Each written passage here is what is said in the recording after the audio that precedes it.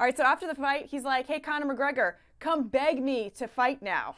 What'd you make of those comments?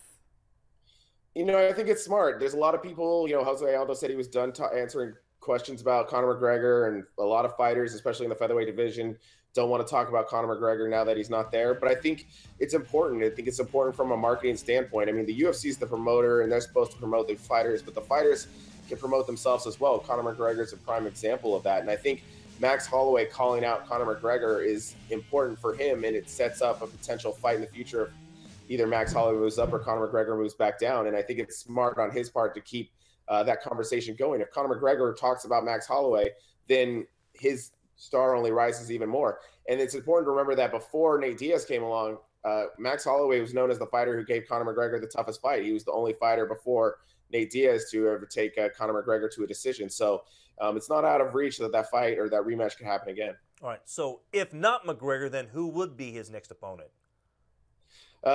120 family, I think, will be happy to hear this. I think Frankie Edgar's next. If you, I know he's a friend of the show. Yep. If you look at the other people in the top four, it could be contenders. There's Ricardo Lamas. He's coming off one win.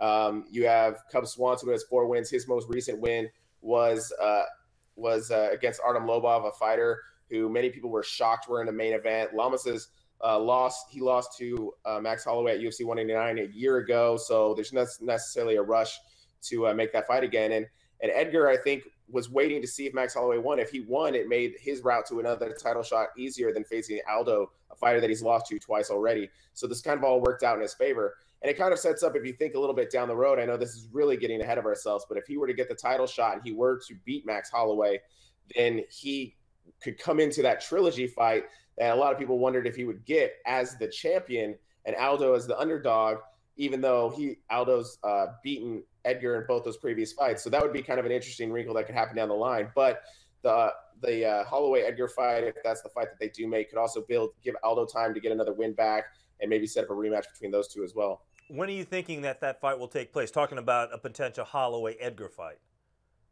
I think Edgar took little damage. He just fought recently in May, so I don't think that there's anything that's going to keep him out long term outside of him wanting to stay out of it long term. Holloway, he took some damage, but not to a great extent. So I imagine a few months off, he'd be back ready to go. So I don't know. You think you could maybe expect, October would be a good time for that fight. Maybe November. I think November is a month that they like to do some big fights. Maybe they hold off till December, since it's a former champion fighting the current champion. That's a marketable thing, and they have a tentpole event in December every year. But I think you can see it a little earlier than that in the fall.